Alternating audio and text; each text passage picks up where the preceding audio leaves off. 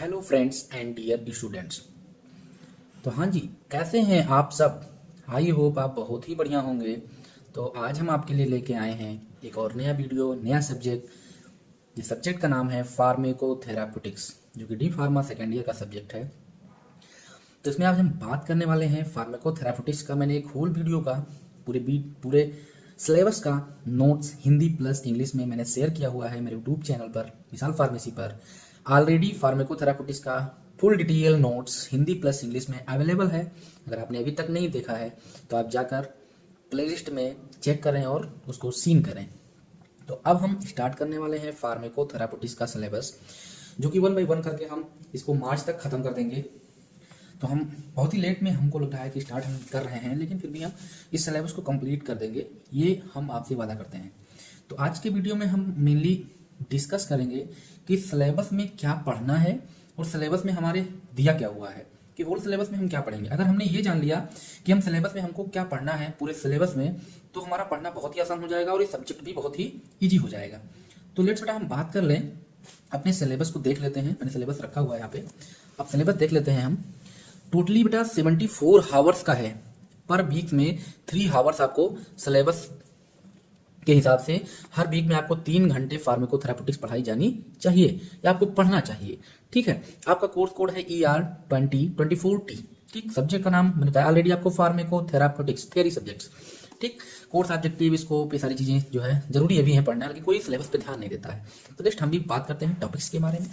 कौन कौन से टॉपिक्स हैं जो आपको पढ़ने हैं फार्मेकोथेराप्यूटिक्स में बेटा। तो फर्स्टली हम चैप्टर फर्स्ट जो हमारा है, चैप्टर फर्स्ट, इसमें हम बात करेंगे फार्मेकोथेराप्यूटिक्स क्या होता है, introductions, scope, objective and rational use of medicine, evidence based medicine, ये वाला टॉपिक है बेटा। Essential medicine list, standard treatment guideline, STG, इन सभी चीज़ों के बारे में हमको शॉर्ट में स्टडी करनी है। ये थ्योरेटिकल पार्ट है थोड़ा सा। उसके बाद में हम जैसे ही हम सेकंड चैप्टर में आएंगे, फिर बहुत ही मजा आएगा पढ़ने में और बहुत ही नॉलेज की चीज़ें हैं, बहुत ही अच्छी चीज़ें हैं।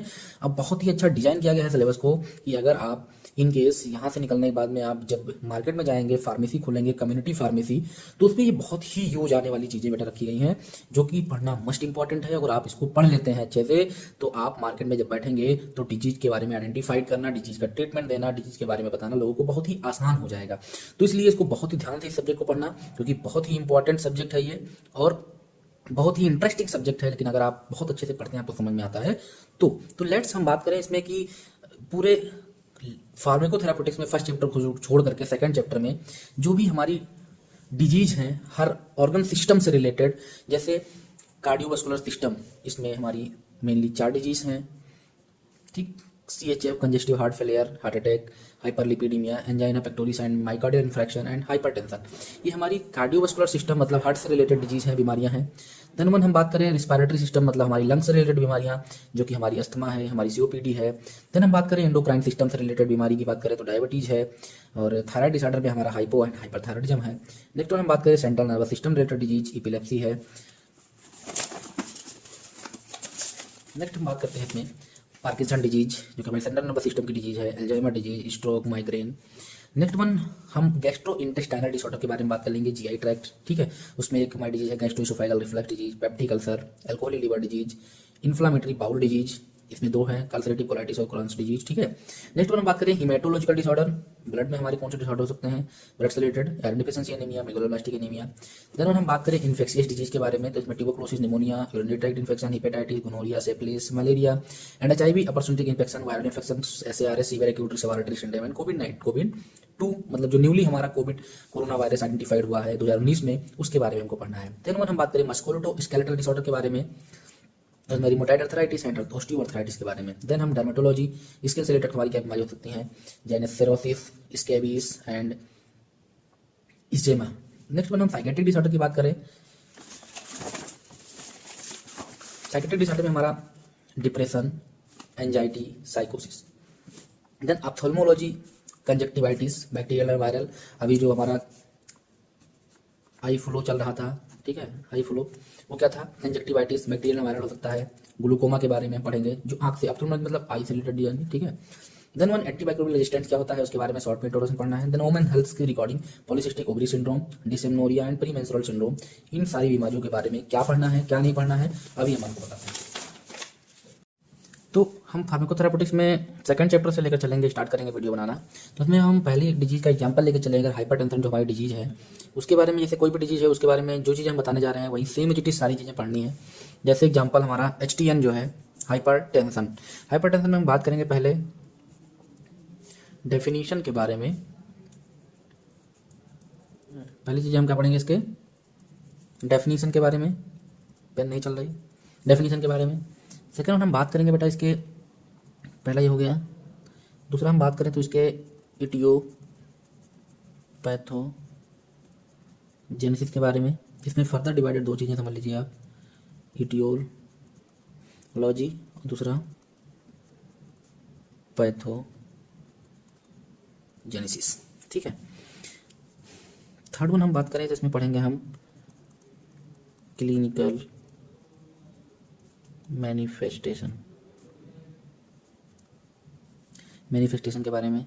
चौथा हम बात करेंगे इसमें नॉन फार्माकोलॉजिकल के बारे में।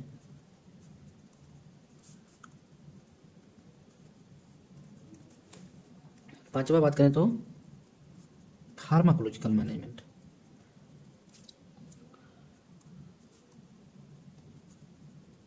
फार्माकोलॉजिकल मैनेजमेंट तो हम जो भी डिजीज पढ़ेंगे, जैसे हाइपरटेंशन का मैंने बताया कि डेफिनीशन, इटियोपैथोजेनेसिस में aetiology, pathogenesis, clinical manifestation, non pharmacological management, pharmacological management, कोई भी डिजीज है उसका हमें पढ़ना है।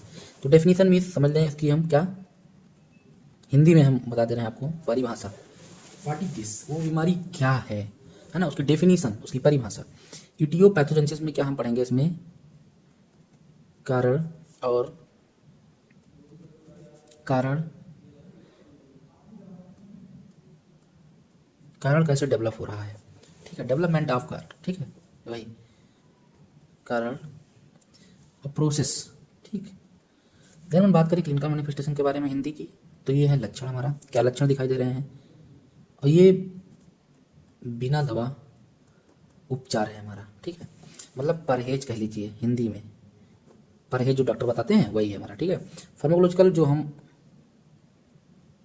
औषधि उपचार जो हमारे डॉक्टर से दवा देते हैं उसके बारे में हमसे कहते हैं उपचार। तो नेक्स्ट वीडियो में हम लेकर आएंगे आपके लिए हाइपरटेंशन, जिसके बारे में हम डिटेल स्टडी करेंगे, उसके डेफिनेशन, उसके इटियोपैथोजेनेसिस, उसके इटियोलॉजी, पैथोजेनेसिस के बारे में, clinical manifestation, non pharmacological management, pharmacological management के बारे में हम नेक्स्ट वीडियो बहुत ही जल्द लेके आएंगे।